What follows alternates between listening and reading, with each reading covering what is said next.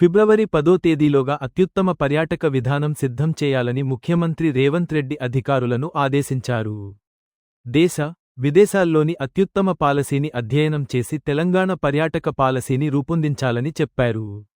ముఖ్యమంత్రి టూరిజం పాలసీపైన మంత్రి Jupally Krishna Rao, tourism corporation chairman Patel Ramesh Reddy, ప్రభుత్వ ప్రధాన కార్యదర్శి శాంతి కుమారి గారు సంబంధిత శాఖ ఉన్నతాధికారులతో సమీక్షించి పలు సూచనలు చేశారు.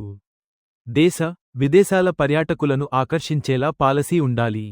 ప్రధానంగా టెంపుల్, ఎకో టూరిజంపై దృష్టి సారించాలని, రాష్ట్రంలో ఎకో టూరిజం అభివృద్ధికి ఆస్కారం ఉన్న, అవసరమైన ప్రాంతాలను గుర్తించి అభివృద్ధి చేసేలా ప్రణాళికలు ఉండాలన్నారు. సింగపూర్ తరహా ఎకో టూరిజం విధానాలను పరిశీలించాలని సూచించారు.